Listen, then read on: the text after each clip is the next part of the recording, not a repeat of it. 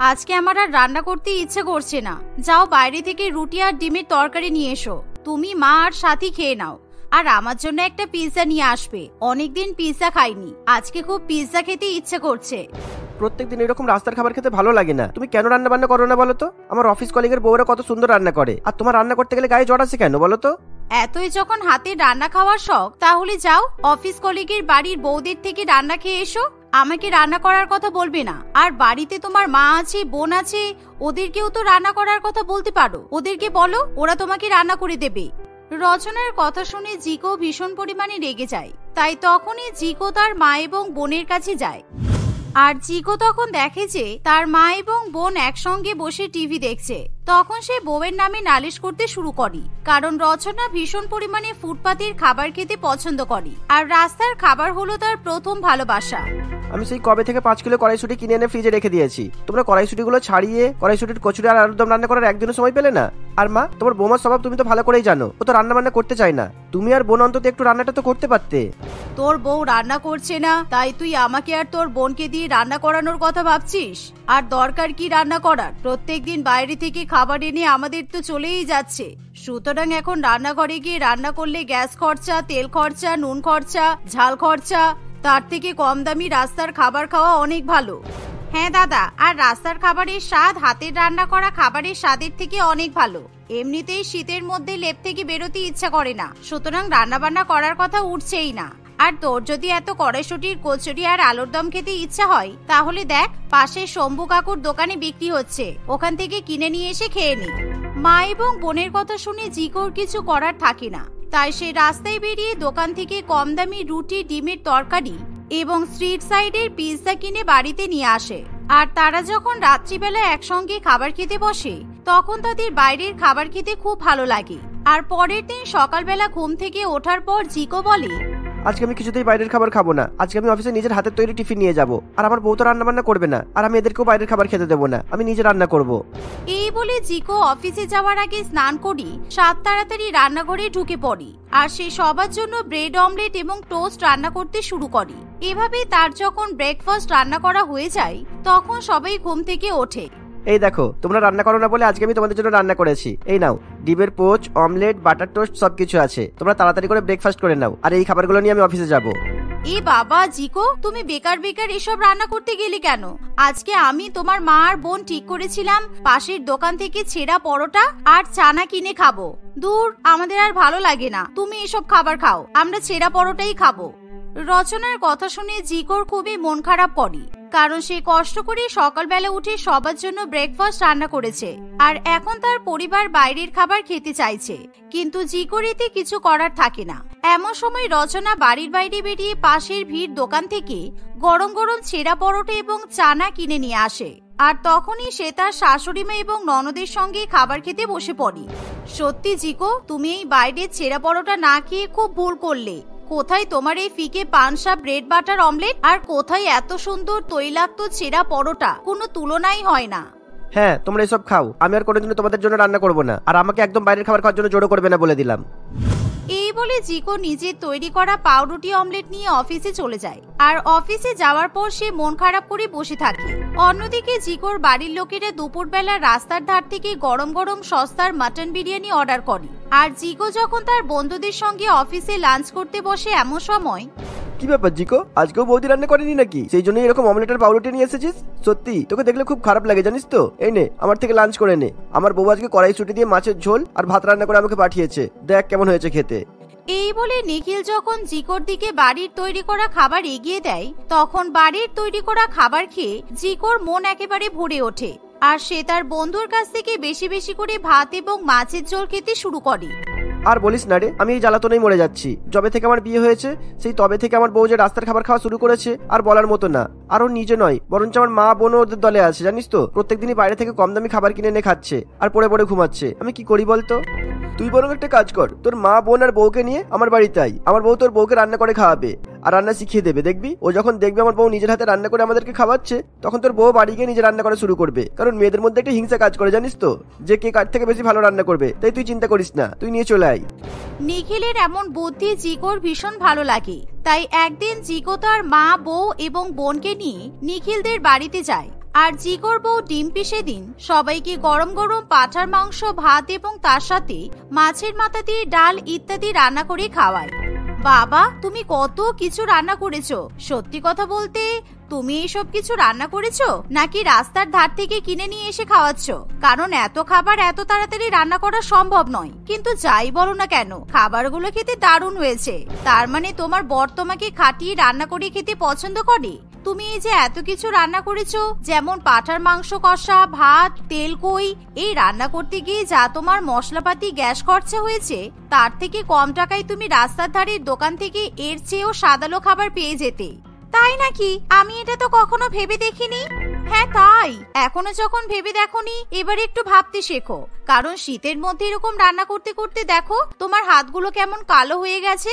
তাই এর চেয়ে রাস্তার দোকানের খাবার খাওয়া অনেক ভালো, আর এতে সংসারের অনেক সাশ্রয় হবে। আর তুমি এত টাকা সাশ্রয় করতে পারবে যে প্রত্যেক মাসে একটা দামি বেনারসি শাড়ি আর অনেক সাজগোজের জিনিসও কিনতে পারবে। রচনার কথা শুনে ডিম্পি একেবারে লাফিয়ে ওঠে। কোথায় সে জিকোর পরিবারকে হাতে রান্না করা খাবারের স্বাদ বোঝানোর জন্য নিমন্ত্রণ করেছিল, কিন্তু সেখানে রচনা নিখিলের বউকে রাস্তার খাবার খাওয়ার জন্য বুঝিয়ে শুনিয়ে পট্টি পরিয়ে দেয়। আর যেহেতু ডিম্পির শাড়ি, গহনাগাটি এবং সাজগোজের জিনিসের প্রতি আলাদাই লোভ আছে, তাই রচনা খুব ভালো মতো ডিম্পির ব্রেন ওয়াশ করতে পারে। হ্যাঁ রচনা, তুমি একদম ঠিকই বলেছো। আমিও আর কোনোদিনও নিজের হাতে রান্না করব না। এই নিখিল, তুমিও কালকে থেকে রাস্তার খাবার খাবে, আর আমাকে রাস্তার খাবার কিনে নিয়ে এসে খাওয়াবে। কারণ আমি টাকা বাজিয়ে শাড়ি, জামা কাপড়, গহনা গাটি, সাজগোজের জিনিস কিনতে চাই। ডিম্পির এমন কথা বলা মাত্রই তার বরের মাথায় আকাশ ভেঙে পড়ে। আর এমন সময় নিখিল জিকোর সঙ্গে ঝগড়া করতে শুরু করে দেয়। তোকে আমার বাড়িতে নিমন্ত্রণ করা খুব ভুল হয়ে গেছে। তুই তোর বউকে নিয়ে এসে আমার বউকে তোর বউয়ের মতো বানিয়ে দিলি। আমার কপালের কোনোদিনও রান্না করা খাবার জুটবে না। হাই হাই ঈশ্বর, কি হয়ে গেল? একদম ফালতু ফালতু আমার নামে দোষ দিবি না। তুই নিজেই আমাকে নিমন্ত্রণ করেছিলিস, আমার আর ভালো লাগে না। ধুর। এই বলে জিকো তার পরিবারকে নিয়ে বাড়িতে ফিরে যায়। আর বাড়িতে যাওয়ার পর জিকো রচনাকে ভীষণই বকাবকি করতে শুরু করে, কারণ রচনার জন্য নিখিলের সঙ্গে তার বন্ধুত্ব নষ্ট হয়েছে। তুমি সবাইকে নিজের মতো মনে করো নাকি? তুমি বেকার বেকার কেন ডিম্পি বৌদিকে রাস্তার খাবার খাওয়ানোর জন্য বোঝাতে গেলে বলো তো? এবার থেকে নিখিলের কপালেও তো আমার মতো আর হাতে রান্না করা খাবার জুটবে না। সত্যি, তোমাকে বিয়ে করে আমি খুব ভুল করে ফেলেছি। তোমাদের ছেলেদের শুধু বাড়ির বউকে খাটানোর ধান্দা। যখন রাস্তার খাবার খেয়ে দিন চলেই যাচ্ছে, তখন বেকার বেকার কেন হাতে রান্না করে নিজের গতন নষ্ট করতে যাব? যাই হোক, আজকে বাড়ি ফেরার পথে আমি একটা নতুন দোকানের খাবার দেখেছি।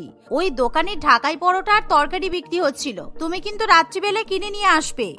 এভাবেই প্রত্যেকদিন রচনা এবং তার পরিবার জিকোকে দিয়ে বাইরের খাবার কেনায়, আর বেশি বেশি করে তারা বাইরের খাবার খেতে থাকে। আর অন্যদিকে নিখিল এবং তার বউ এরকম বাইরের খাবার খেতে খেতে অভ্যস্ত হয়ে ওঠে।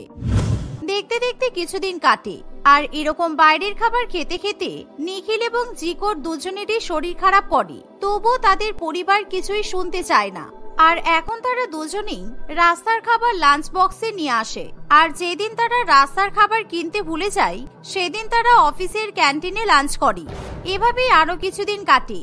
একদিন, এই ডিম্পি, আমি সোশ্যাল মিডিয়াতে দেখছিলাম কাজুদার দোকানে এখন কম দামে ফ্রাইড রাইস, চিলি চিকেন আর তার সাথে চিকেন মাঞ্চুরিয়ান পাওয়া যাচ্ছে। চলো আজকে আমরা দুজনে মিলে ওই ফুটপাতের দোকান থেকে খাবার খেয়ে আসি, আর বাদবাকি সবার জন্য আমরা খাবার কিনে নিয়ে আসবো। হ্যাঁ চলো, আমার অনেকদিন ধরে ফ্রাইড রাইস, চিলি চিকেন আর মাঞ্চুরিয়ান খেতে ইচ্ছা করছিল। আর এখন তো সোশ্যাল মিডিয়াতে কাজুদার দোকান খুব বিখ্যাত হয়ে গেছে। এই বলে নতুন দুই বান্ধবী সেজে গুজে রাস্তায় বেরিয়ে পড়ে। আর তারা কাজুদার দোকানের সামনে গিয়ে উপস্থিত হয়। আর সেই দোকানে ভিড় দেখে তাদের চক্ষু একেবারে চড়ক গাছ, কারণ প্রত্যেকেই এখন এরকম রাস্তার খাবার খেতে পছন্দ করছে। কিন্তু রাস্তার খাবারে যে বদ গুণ আছে, আর সেই খাবার খেলে যে শরীরে ক্ষতি হতে পারে, সেই নিয়ে কারোর কোনো মাথা ব্যথা নেই। আর এমন সময় রচনা এবং ডিম্পি দুজনে মিলে fried rice, chilli chicken, manchurian order করে। আর কিছুক্ষণ পর তাদের সামনে গরম গরম খাবার চলে আসে। আচ্ছা, এখানে এরকম একটা বাজে গন্ধ কোথা থেকে আসছে বলো তো? অনেকক্ষণ ধরেই পাচ্ছি, কিন্তু বুঝতে পারছি না গন্ধটা কোথাকার। হ্যাঁ, তুমি ঠিক কথাই বলেছো, আমিও অনেকক্ষণ ধরেই গন্ধটা পাচ্ছি। এই বলে দুজনে মিলে চোখ ঘোরাতে শুরু করে। আর এমন সময় তারা দেখে যে তাদের পাশে একটা সাধারণ শৌচালয় আছে, আর সাধারণ মানুষ সেখানে শৌচকার্য করতে যাচ্ছে, যা দেখে তারা প্রচন্ড পরিমাণে ঘৃণাবোধ করে। আর ধীরে ধীরে সেই শৌচালয়ের গন্ধের পরিমাণ আরো বাড়তে শুরু করে। এমন সময় তারা দেখে যে সেই শৌচালয়ের পেছনে লুকিয়ে দাঁড়িয়ে আছে ওই দোকানের মালিক কাজুদা। আর এমন সময় কাজুদার বউ তাকে ফোন করলে কাজুদা বলে, আর এখন ফোন রাখো, আমার তোমার সাথে কথা বলার সময় নেই, আমি খুব ব্যস্ত আছি। কাস্টমার লাইন দিয়ে দাঁড়িয়ে আছে, আর রান্না করতে করতে জলও শেষ হয়ে গেছে, তাই এখন কোথা থেকে জল নেবো ভেবে পাচ্ছিলাম না। আর আমাকে যে জল দেয় সেই লোকটাও আসছিল না, সেই জন্যই তো আমি শৌচালয় থেকে জল নিয়ে রান্না করছি। আর তোমার দোকানের এমনিতেই তো নাম আছে, সুতরাং কেউ বুঝতে পারবে না যে আমি শৌচালয়ের জল দিয়ে রান্না করে সবাইকে খাওয়াবো, বুঝেছো? এই বলে কাজুদা ফোন রেখে দেয়।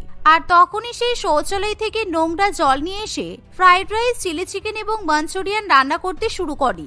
আর এসব দেখা মাত্রই রজনী এবং ডিম্পি দুজনেই বমি করতে শুরু করে। আর তারা কিছুতেই সেই দোকানের খাবার খেতে চায় না, তাই তারা সব খাবার নষ্ট করে বাড়িতে চলে আসে। কিন্তু সেদিন তারা সোশ্যাল মিডিয়াতে রটিয়ে দেয় যে কাজুদার দোকানে শৌচালয়ের জলে রান্না করা খাবার বিক্রি হয়, যার ফলে কাজুদার দোকানের খাবার কেউ খেতে চায় না। কিন্তু পরের দিন রচনা এবং ডিম্পি দুজনেরই শরীর খারাপ পড়ে আর তাদেরকে ডাক্তারের কাছে যেতে হয়। এমন সময় তাদের শরীরে অনেক রকমের সমস্যা দেখা দেয়। আপনাদের দুজনের কোলেস্টেরল অনেক হাই, তারপর প্রেসারও এসেছে, তাই আপনাদেরকে এখন একদমই বাইরের খাবার খেলে চলবে না। আপনারা বাড়িতে তৈরি সাদামাটা রান্না করা খাবার খাবেন, বুঝেছেন? তারপর থেকে রচনা এবং তার বান্ধবী ফুটপাতের খাবার খেতে চায় না। আর তারা মনে মনে প্রতিজ্ঞা করে যে তারা বাড়িতে রান্না করে খাবার খাবে আর সবাইকে নিজের হাতে রান্না করা খাবারই খাওয়াবে। আর রচনার এরকম পরিবর্তন দেখে সব থেকে বেশি খুশি হয় জিকো, কারণ তাকে আর প্রত্যেকদিন বাইরের খাবার খেতে হবে না।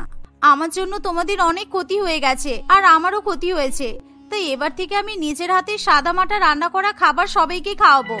এই বলে রচনা সবার জন্য ডাল, ভাত, মাছ, মাংস রান্না করতে শুরু করে। আর সেদিনের পর থেকে রচনা কিংবা তার পরিবারকে কখনো বাইরের খাবার খেতে হয় না। অন্যদিকে ডিম্পিও আগের মতো তার স্বামীকে নিজের হাতে রান্না করা খাবার খাওয়ায়। এভাবেই তারা সবাই হাসি খুশি বসবাস করতে থাকে। আজ ববিতার সঙ্গে শুভঙ্করের বিয়ে, তাই পুরো বাড়ি বিয়ে সাজে একেবারে সেজে ওঠে। বিয়ে বাড়িতে আত্মীয় স্বজন লোকজন উপস্থিত হয়ে আনন্দ মজা করতে শুরু করে। ববিতাকেও একেবারে বিয়ের কনে সাজিয়ে দেওয়া হয়। সমস্ত কিছু ঠিকঠাক ভাবেই চলে, কিন্তু ববিতা এবং শুভঙ্করের বিয়ের অনুষ্ঠানের নিয়ম শুরু করার আগেই সেখানে ববিতার বন্ধু কমলিকা চলে আসে। দাঁড়াও, এই বিয়ে হতে পারে না, বন্ধ করো এইসব। ববিতা, আমি তোকে কিছুতেই শুভঙ্করের সঙ্গে বিয়ে করতে দেব না, বন্ধ করো এইসব, এই বিয়ে কিছুতেই হতে পারে না। আরে কমলিকা, তুই কি করছিসটা কি? তুই কি পাগল হয়ে গেছিস? আমি শুভঙ্করকে পছন্দ করি আর শুভঙ্করের সঙ্গে আমি বিয়ে করছি, এতে তোর সমস্যা কিসের? তুই কি মনে করেছিস তুই আমাকে কিছু না বললে আমি বুঝি কিছুই জানতে পারবো না? এই যে শুভঙ্কর, চুপচাপ এখান থেকে কেটে পড়ো। তোমার সঙ্গে আমার বন্ধুর বিয়ে আমি কিছুতেই হতে দেব না। শুভঙ্কর কোথাও যাবে না, আর শুভঙ্করকে যেতে হলে আমিও শুভঙ্করের সঙ্গে যাব। আমি বুঝতে পেরেছি কমলিকা, তুই কেন এরকম করছিস। আমার বিয়েটা যেহেতু তোর বাবার টাকা দিয়ে হচ্ছে, তাই তুই এরকম করছিস, তাই না? ঠিক আছে, তোর যদি এতই আপত্তি হয়, আমি এখনই শুভঙ্করের সঙ্গে এখান থেকে চলে যাচ্ছি, আর কখনো আমি এখানে ফিরে আসবো না। আমি শুভঙ্করের সঙ্গে সাধারণ কোর্ট ম্যারেজ করে নেব। দাঁড়া ববিতা, জীবনে এত বড় সিদ্ধান্ত নিস না, তুই কিন্তু ভুল করছিস। এই শুভঙ্করকে বিয়ে করে তুই জীবনে সুখী হতে পারবি না। আর তোর যে বিয়ে আজকে হবে না তা নয়, তোর বিয়ে হবে, কিন্তু শুভঙ্করের সঙ্গে নয়, অন্য ছেলের সঙ্গে, যাকে আমি তোর জন্য পছন্দ করেছি। কমলিকার কথা শুনে কেউ বুঝে উঠতে পারে না যে কমলিকা কি করতে চাইছে। আসলে কমলিকা ছিল অত্যন্ত বড় লোক মিস্টার হরিশ্চন্দ্র বাবুর একমাত্র মেয়ে। হরিশ্চন্দ্র বাবু ছিল একজন অনেক বড় ব্যবসায়ী, আর হরিশ্চন্দ্র বাবুর গাড়ির ড্রাইভার হিসেবে কাজ করত মদন বাবু। আর ববিতা ছিল মদন বাবুর মেয়ে। ববিতার যেহেতু মা ছিল না, তাই ছোটবেলা থেকেই ববিতা তার বাবার কাছেই মানুষ হয়। আর কাজের সূত্রে যেহেতু মদন বাবুকে হরিশ্চন্দ্র বাবুর বাড়িতেই থাকতে হতো, তাই ববিতাও ছোটবেলা থেকে হরিশ্চন্দ্র বাবুর বাড়িতে থেকেই মানুষ হয়। ববিতা পড়াশোনাতেও অত্যন্ত ভালো ছিল। প্রত্যেক বছর ববিতা খুবই ভালো রেজাল্ট করত, আর যা দেখে হরিশ্চন্দ্র বাবু একদিন খুশি হয়ে বলে, বুঝলি মদন, তোর মেয়েটা পড়াশোনাতে ভীষণ ভালো। তোর মেয়েটাকে যদি ঠিকমতো পড়াশোনা করানো যায়, তাহলে দেখবি একদিন তোর মেয়ে খুব ভালো জায়গায় পৌঁছাবে। তুই তোর মেয়েকে শহরের ভালো নামি দামি কলেজে ভর্তি কর, বুঝেছিস? কিন্তু সাহেব, আমি বড় কলেজে আমার মেয়েকে কিভাবে ভর্তি করব? আপনি তো জানেন আমার আর্থিক অবস্থা কেমন। আপনাদের দয়াতেই আমি আর আমার মেয়ে খেয়ে পড়ে বেঁচে আছি, তাই ভেবেছি মেয়েকে পড়াশোনা করাবো না। উচ্চ মাধ্যমিক পর্যন্ত পড়াশোনা করিয়েছি, এবার একটা ভালো সম্বন্ধ দেখে মেয়ের বিয়ে দিয়ে দেবো। খবরদার এরকম ভুল কাজ করিস না। তোর মেয়ের এখন বিয়ের বয়স হয়নি, বুঝেছিস? তাহলে শোন, তোর মেয়ের পড়াশোনার আর বিয়ের সমস্ত দায়িত্ব আজ থেকে আমার, কারণ তোর মেয়ে আমার মেয়ের মতোই। আমার মেয়েকে যে কলেজে ভর্তি করেছি সেই কলেজেই ববিতাকে ভর্তি করে দিচ্ছি। দুজনে একসঙ্গে থাকবে, একসঙ্গে পড়াশোনা করবে, আর আমি দুজনের বিয়ে একসঙ্গেই দেবো। এই কথা শুনে মদনবাবু প্রচন্ড পরিমাণে খুশি হয়। তাই সে হাত জোড় করে হরিশ্চন্দ্রবাবুকে ধন্যবাদ জানাতে থাকে। হরিশ্চন্দ্রবাবুর এমন কথা শুনে কমলিকা এবং ববিতা দুজনেই প্রচন্ড পরিমাণে খুশি হয়, কারণ ববিতা এবং কমলিকা দুজনেই একে অপরের খুব ভালো বন্ধু ছিল। তাই তারা দুজনে যেহেতু একই কলেজে ভর্তি হতে পারবে শুনি তাদের আনন্দের কোনো ঠিকানা থাকে না। কিছুদিনের মধ্যেই ববিতা এবং কমলিকা একই কলেজে ভর্তি হয় আর তারা একসঙ্গে পড়াশোনা করতে শুরু করে। কিন্তু ববিতা মন দিয়ে পড়াশোনা করলেও কমলিকার পড়াশোনার প্রতি সেরকম আগ্রহ ছিল না। কিরে কমলিকা, চল, ক্লাসের সময় তো হয়ে গেল, তাড়াতাড়ি চল, ক্লাস মিস হয়ে যাবে। তুই কলেজে আসিস কিন্তু ক্লাস করতে চাস না কেন বলতো? আরে দূর, পড়াশোনা করে কি হবে? পড়াশোনা করে কোনো লাভ নেই। তুই তো জানিস আমার বাবা কত বড় লোক, তাই আমি ফেল করলেও আমার বাবা কলেজে এসে প্রিন্সিপালের সঙ্গে কথা বললে আমাকে ঠিক পাশ করিয়ে দেবে। তাই আমি পড়াশোনা নিয়ে ভাবি না। আমি তো এখন আমার জন্য একটা ভালো বয়ফ্রেন্ড খুঁজছি। দেখ দেখ, কলেজে কত হ্যান্ডসাম হ্যান্ডসাম ছেলেরা আছে।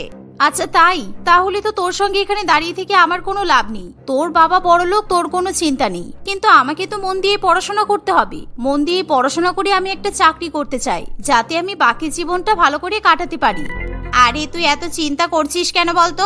ওসব চাকরি বাকরি করে কোনো লাভ নেই। আমার বাবা তো বলেছে তোর আর আমার একসঙ্গে বিয়ে দেবে, আর আমার বাবা বিয়ে দেবে মানে নিশ্চয়ই তোর বড়লোক পরিবারের ছেলের সঙ্গেই বিয়ে দেবে। সুতরাং তোর চাকরি করার কোনো প্রশ্নই ওঠে না। চাকরি করে তুই কত টাকা বা মাহিনা পাবি বলতো?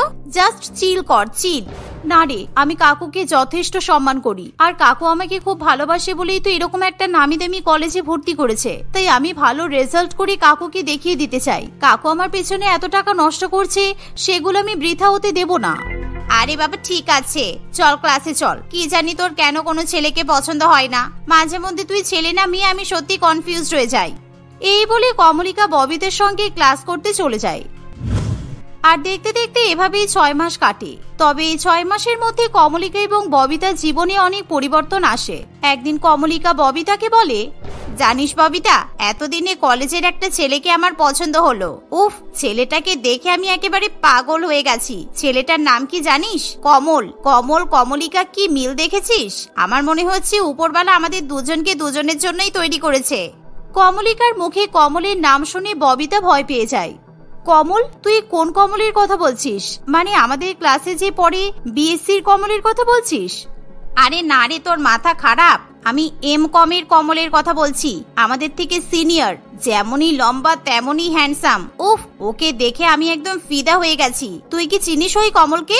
হ্যাঁ চিনি তো, খুব ভালো করে চিনি। কিন্তু তুই যে কমলকে পছন্দ করিস, এই নিয়ে তুই কি কমলের সঙ্গে কথা বলেছিস? আরে না রে, এটাই তো প্রবলেম। জানি না কেন আমার কমলকে দেখলে ভীষণ ভয় করে। কমলটা একেবারে তোর মতো, সব সময় পড়াশোনা নিয়ে ব্যস্ত থাকে। অনেকবার আমি চেষ্টা করেছি ওকে মনের কথা বলবো বলে, কিন্তু কিছুতেই পারি না। আমি কমলকে ভীষণ পছন্দ করি ববিতা। আমি তো ভেবেই নিয়েছি আমি বিয়ে করলে শুধুমাত্র কমলকেই বিয়ে করব। কমলিকার কথা শুনে ববিতা কি বলবে কিছুই বুঝে উঠতে পারে না, কারণ ববিতা ও কমলকে পছন্দ করে। শুধু ববিতা নয়, ববিতা এবং কমল দুজনেই একে অপরকে পছন্দ করত। এমনকি তারা পড়াশোনা শেষ হওয়ার পর বিয়ে করবে বলে ঠিক করেছিল। কিন্তু ববিতা এতদিন পর্যন্ত তাদের সম্পর্কের কথা কাউকে বলেনি, এমনকি কমলিকাকেও নয়। ববিতা চেয়েছিল পড়াশোনা শেষ হয়ে যাওয়ার পরেই সে কমলের সঙ্গে তার সম্পর্কের কথা বাড়িতে জানাবে, কিন্তু তার আগেই কমলিকা ও কমলকে পছন্দ করে বসে। কিরে, তুই কিছু বলছিস না কেন? শোন, তোকে কিন্তু হেল্প করতে হবে। তুই আমার হয়ে কমলের কাছে যাবি আর কমলকে আমার মনের কথা বলবি। আমার ভীষণ ভয় করছে, আমার ওর সামনাসামনি গিয়ে কথা বলার মতো সাহস নেই। কিরে, তুই পারবি তো? হ্যাঁ রে, নিশ্চয়ই পারবো। বন্ধু হয়ে বন্ধুর জন্য এটুকু করতে পারবো না? তুই নিশ্চিন্তে থাক, কমলের সঙ্গে তোর বিয়ে হবে। আমি কমলের সঙ্গে আজকেই কথা বলবো। এই বলে ববিতা সেখান থেকে চলে যায়। কিন্তু ববিতা কি করবে কিছুই বুঝে উঠতে পারে না। এমনকি ববিতার প্রচন্ড পরিমাণে কান্না পায়। তাই সে নিজের চোখের জল লুকিয়ে রাখার জন্য লাইব্রেরিতে চলে যায়। আর এমন সময় সেখানে কমল এসে বলে, কি হলো ববিতা, তোমাকে কতবার মেসেজ করলাম, তুমি একটাও রিপ্লাই করলে না কেন? সারা কলেজে তোমাকে খুঁজে বেড়াচ্ছি। শেষ পর্যন্ত ভাবলাম তুমি হয়তো লাইব্রেরিতেই আছো। আচ্ছা শোনো, তোমার সঙ্গে আমি কিছু দরকারি কথা বলতে চাই। আমি কয়েকদিনের মধ্যেই তোমাদের বাড়িতে যাব। তোমার বাবার সঙ্গে আমার বিয়ের কথা বলবো। তোমার কোনো অসুবিধা নেই তো? এ তুমি কি বলছো কমল? আমাদের বাড়িতে যাবে বিয়ের কথা বলতে? না না, এসবের কোনো দরকার নেই। আমি এখন তোমাকে বিয়ে করতে পারবো না। আরে মজা করা বন্ধ করো। আমার এখন লাস্ট ইয়ার চলছে, আর আমার কিন্তু চাকরির জন্য প্লেসমেন্টও হয়ে গেছে। লাস্ট সেমেস্টার কমপ্লিট হলে আমি চাকরিতে জয়েন করতে পারবো। এখন আমার আর কোনো চিন্তা নেই। তাই আমি তোমার বাবার সঙ্গে তোমার বিয়ের কথা বলতেই পারি, আর আশা করছি তোমার বাবা আমাদের সম্পর্ক মেনেও নেবেন। না কমল, এসব করার কোনো দরকার নেই। আসলে আমি তোমাকে বিয়ে করতে পারবো না। তোমাকে আমার বন্ধু কমলিকার সঙ্গে বিয়ে করতে হবে, কারণ কমলিকা তোমাকে পছন্দ করে আর ও তোমাকে বিয়ে করতে চায়। কি, তোমার কি মাথা খারাপ হয়ে গেছে? আমি তোমাকে পছন্দ করি, আর তুমি এখন ওই বড়লোক অহংকারী মেয়েটার সঙ্গে আমাকে বিয়ে করতে বলছো? কি হয়েছে তোমার বলো তো? না না, কমলিকা মোটেই অহংকারী নয়। কমলিকা শুধু যে আমার বন্ধু তাও নয়, ও আমার বোনের মতো। আসলে তুমি আমার জীবন সম্পর্কে কিছুই জানো না। আমি ছোটবেলা থেকে কমলিকাদের বাড়িতেই মানুষ। আমার বাবা তো সামান্য একজন গাড়ির ড্রাইভার, আর ছোটবেলা থেকে আমার পড়াশোনার খরচ কমলিকার বাবাই বহন করে আসছে। তাই আমি আর আমার বাবা কমলিকার পরিবারের প্রতি সবসময় কৃতজ্ঞ থাকি। আচ্ছা বুঝলাম, কমলিকার বাবা খুবই ভালো মানুষ, তোমাকে নিজের মেয়ের মতো ভালোবাসে, তাই তো? কিন্তু তুমি কমলিকার সঙ্গে আমাকে বিয়ে করতে বলছো কেন? তুমি কমলিকাকে গিয়ে বলো আমরা দুজনে একে অপরকে পছন্দ করি, তাহলে তো প্রবলেম সলভ হয়ে যায়। না কমল, আমি এটা কিছুতেই করতে পারবো না, কারণ কমলিকা তোমাকে নিয়ে ভীষণ সিরিয়াস। এতদিন পর্যন্ত কমলিকার কাছ থেকে আমি অনেক কিছু পেয়েছি। কমলিকা যখনই নিজের জন্য কিছু কিনেছে, ও সবসময় আমার জন্যও কিনেছে, আমার কথাও ভেবেছে। আমার কখনো তাই কোনো জিনিসের অভাব হয়নি। কিন্তু আজকে ওর ঋণ শোধ করার জন্য আমি আমার জীবনের সবচেয়ে দামি জিনিস ওকে দিতে চাই, আর তোমাকে তাই আমার কথা শুনতেই হবে। তুমি যদি কমলিকাকে বিয়ে না করো, তাহলে কিন্তু আমি নিজের প্রাণ দিয়ে দেব। এভাবেই ববিতা ভীষণ পরিমাণে কমলকে জোর করতে থাকে। তাই শেষ পর্যন্ত কমল রেগে গিয়ে বলে, আচ্ছা ঠিক আছে, তুমি যা বলবে তাই হবে। তবে কমলিকাকে বিয়ে করার আগে তোমাকে অন্য কাউকে বিয়ে করতে হবে। আমি যখন নিজের চোখে দেখবো তুমি অন্য কাউকে বিয়ে করে নিয়েছো, তারপরে আমি কমলিকাকে বিয়ে করতে পারবো। বলো তুমি আমার শর্তে রাজি আছো কি? হ্যাঁ আমি রাজি। আমার ফাইনাল সেমের পরীক্ষা হয়ে যাক, তারপরে আমি অন্য কোনো ছেলেকে বিয়ে করে নেব। কিন্তু এই ব্যাপারে কমলিকা যেন কিছু জানতে না পারে। এই বলে ববিতা সেখান থেকে কমলিকার কাছে চলে যায়। কমলিকা, তোর জন্য একটা গুড নিউজ আছে। কমল তোর সঙ্গে বিয়ে করার জন্য রাজি হয়ে গেছে। তবে কমল বলেছে ও 6-7 মাস সময় লাগবে। ও চাকরিতে জয়েন করার পরেই তোকে বিয়ে করবে। কিন্তু তার আগে কিন্তু তোকে একটা কাজ করতে হবে, আমার বিয়েটা আগে দিতে হবে। আসলে আমি শুভঙ্কর নামে একটা ছেলেকে পছন্দ করি, আর আমি চাই আমার হয়ে তুই বাড়িতে কাকুর সঙ্গে আর বাবার সঙ্গে কথা বল, কারণ আমার ভীষণ ভয় করছে। ও মাই গড, আমি জানতাম কমল আমাকে নিশ্চয়ই বিয়ে করার জন্য রাজি হবে। কিন্তু তুই আবার শুভঙ্করকে কবে পছন্দ করলি? তুইও যে কাউকে পছন্দ করতে পারিস আমার তো ধারণাই ছিল না। কিন্তু বাবা যে বলেছিল আমাদের দুজনের বিয়ে একসঙ্গে দেবে, তাহলে তুই আগে বিয়ে করার জন্য এত লাফালাফি করছিস কেন? আসলে শুভঙ্করের বাড়িতে একটু প্রবলেম আছে, তাই ও তাড়াতাড়ি আমাকে বিয়ে করতে চাইছে। তুই প্লিজ বাড়িতে সবকিছু ম্যানেজ কর। আসলে ববিতা কোনো রকম ভাবে শুভঙ্করকে পছন্দ করে না, কিন্তু তবুও শুধুমাত্র কমলিকা এবং কমলের জীবন থেকে দূরে চলে যাওয়ার জন্য ববিতা শুভঙ্করকে বিয়ে করার জন্য রাজি হয়। এভাবেই দেখতে দেখতে 2-3 মাস কাটে, আর এরই মধ্যে তাদের পড়াশোনা শেষ হয়ে যায়। আর কমলিকা বাড়িতে ববিতা এবং শুভঙ্করের সম্পর্কের ব্যাপারে জানালে কেউ কোনো আপত্তি করে না। খুবই তাড়াতাড়ি ববিতা এবং শুভঙ্করের বিয়ের বন্দোবস্ত করা হয়। কিন্তু বিয়ের দিন কমলিকা ববিতার ঘর থেকে কমলের একটা চিঠি খুঁজে পায়, আর সেই চিঠি পড়ার পর কমলিকা সমস্ত সত্যি কথা জেনে যায়। আজকে যদি আমি এই চিঠিটা তোর ঘর থেকে খুঁজে না পেতাম, তাহলে অনেক বড় ক্ষতি হয়ে যেত। তুই আমার জন্য এত বড় সিদ্ধান্ত নিয়ে ফেললি। আজকে এই মণ্ডপে তোর সঙ্গে শুভঙ্করের নয়, কমলের বিয়ে হবে। কারণ শুভঙ্করের সঙ্গে তোর বিয়ে হলে তুই কখনো সুখে থাকতে পারবি না, আর আমারও কমলের সঙ্গে বিয়ে হলে কমল খুশি হবে না, আর নাইবা আমি সুখে থাকতে পারবো। কারণ কমল আর তুই একে অপরকে পছন্দ করিস। উপরওয়ালা তোদের দুজনকে একে অপরের জন্য তৈরি করেছে। আমি কমলের সঙ্গে কথাও বলেছি। কমল, এদিকে এসো। এই শুনে কমল সেখানে চলে আসে, আর কমলকে বরের সাজে দেখে ববিতা খুবই খুশি হয়। ববিতার চোখে জল চলে আসে, আর এভাবেই কমলিকা নিজে দাঁড়িয়ে থেকে সেদিন ববিতার সঙ্গে কমলের বিয়ে দেয়। আর বিয়ের পর ববিতা এবং কমল হাসি খুশি সংসার করতে থাকে।